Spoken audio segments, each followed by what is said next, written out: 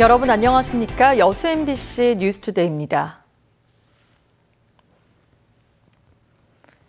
치매를 국가가 책임지겠다는 문재인 대통령의 공약에 따라 도내 각 지역에도 치매 안심센터가 설치될 전망입니다.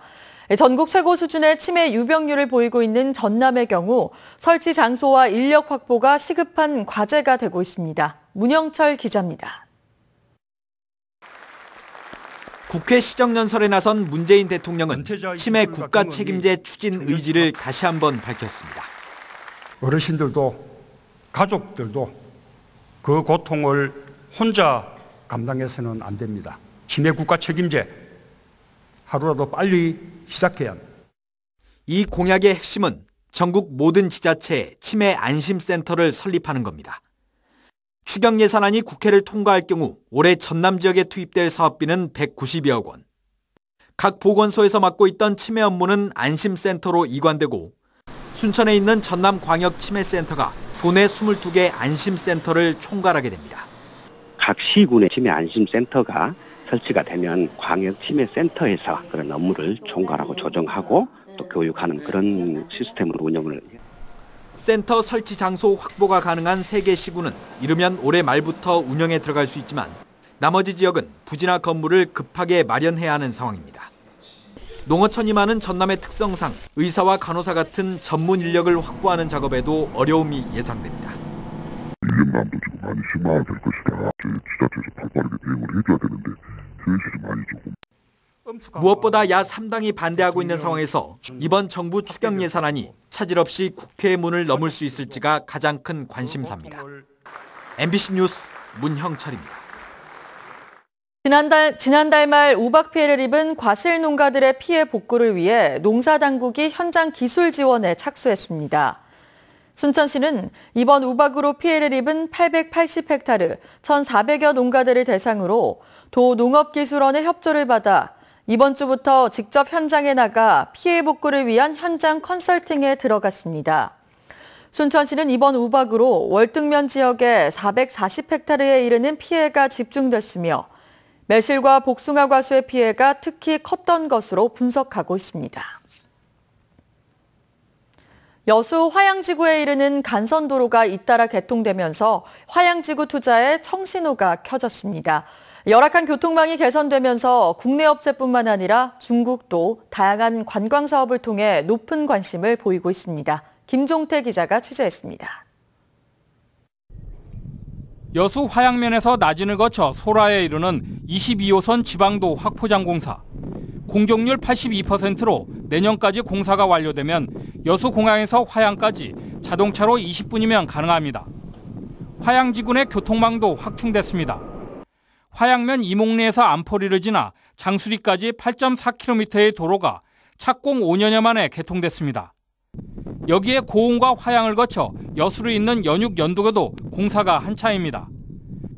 동서남북으로 화양지구에 이르는 간선도로가 잇따라 들어섬에 따라 관광 투자에 청신호가 켜졌습니다.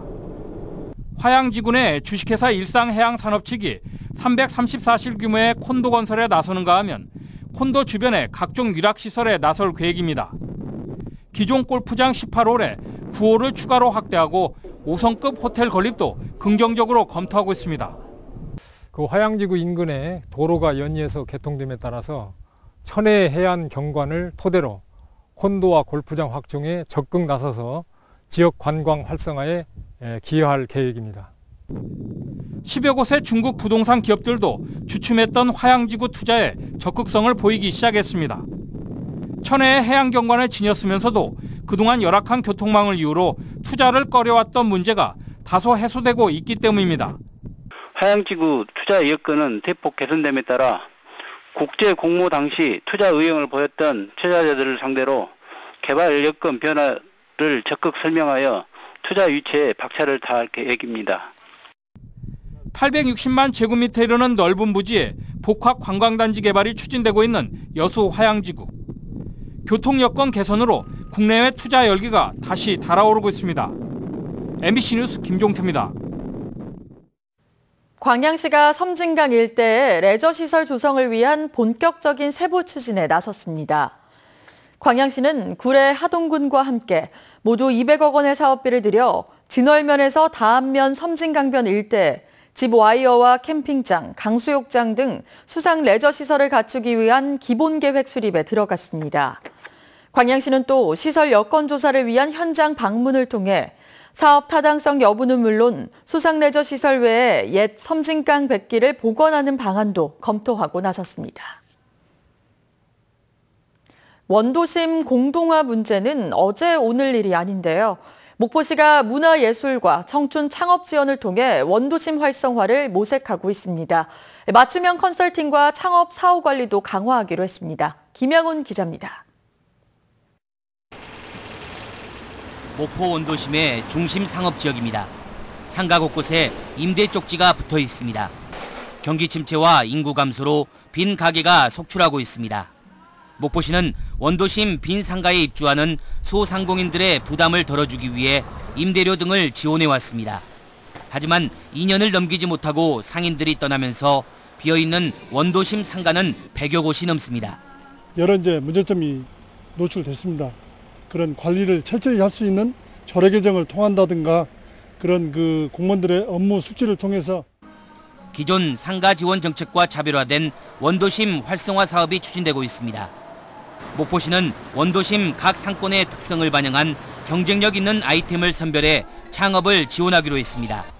예비 창업자에게는 임대료와 리모델링비를 지원하고 7주 동안 창업 교육을 실시합니다. 제도적 안전장치도 마련됐습니다.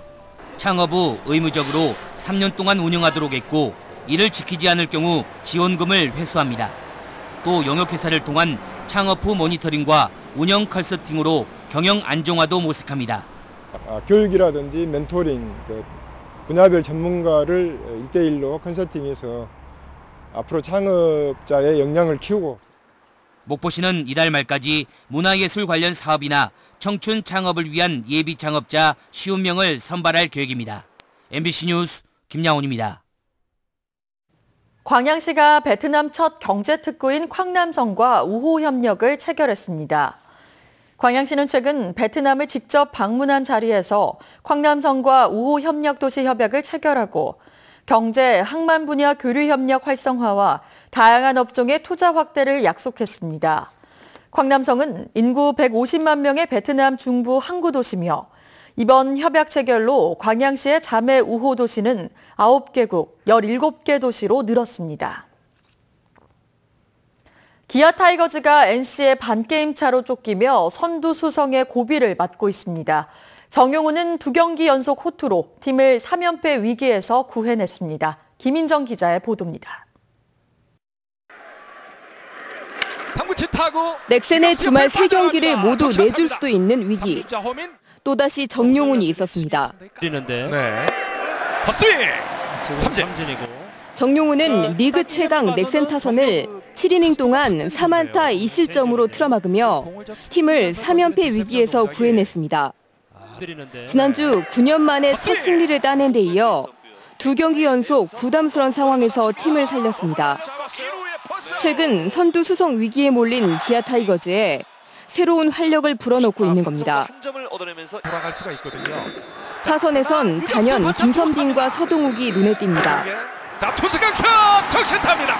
3루주자 호민, 2루주자까지 홈으로. 김선빈은 올 시즌 3할 6푼 6리로 전체 타격 2위는 물론 고비 때마다 알토란 같은 활약으로 4번 타자 같은 9번 타자로 위압감을 뽐내고 있습니다. 3루를 턴해서 홈을 향합니다.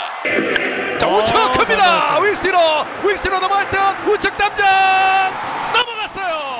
서동욱 역시 6월 들어 4할이 넘는 불방망이 타격에다 주로 중심 타선 뒤인 6, 7번에 배치돼 중장거리포를 터뜨리며 기아 타선에 쉼표를 지원하고 있습니다.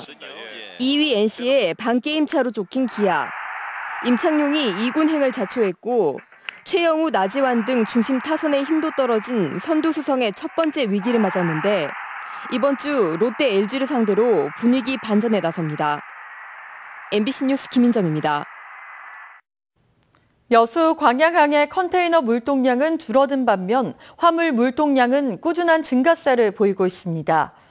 여수 광양항만공사에 따르면 올 들어 지난 4월까지 여수 광양항의 컨테이너 물동량은 지난해 같은 기간에 비해 9.3% 줄었지만 총 화물 물동량은 4.5% 늘어난 9,610만 톤에 이르고 있습니다.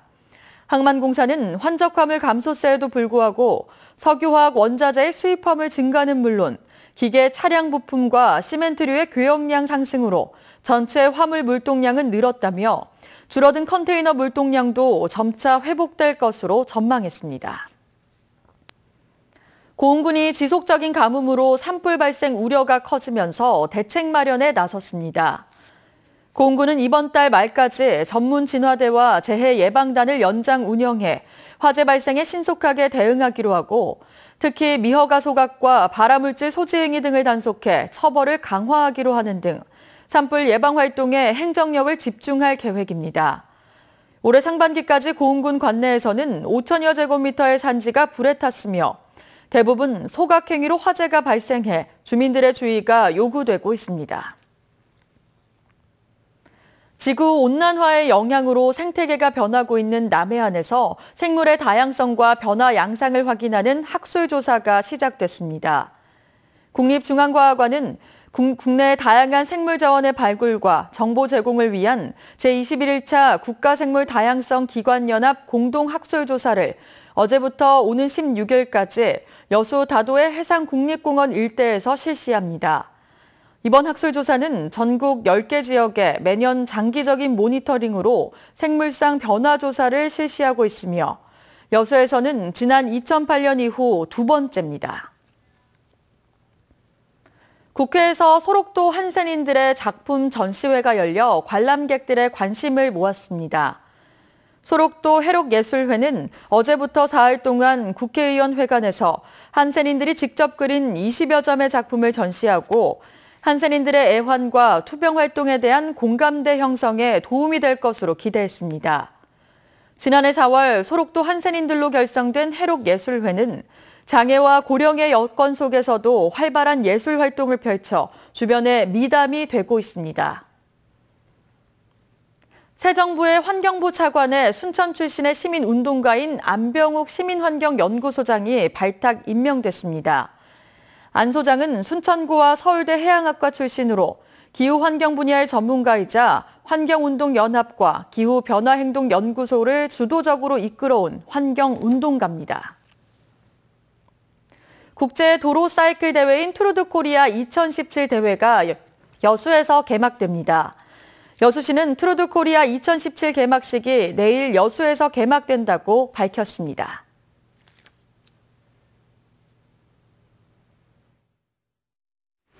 오늘 밖으로 나오실 때에는 휴대용 우산을 챙기셔야겠습니다. 소나기 예보가 들어있는데요. 출근길은 지금 이미 인천과 경기 서해안에는 소나기가 오고 있고요. 차츰 그 밖에 내륙 지방으로도 낮부터 저녁 사이 소나기 구름이 만들어질 수 있겠습니다. 천둥, 번개를 동반하겠고요. 강원 내륙에서는 우박이 떨어질 가능성도 있습니다.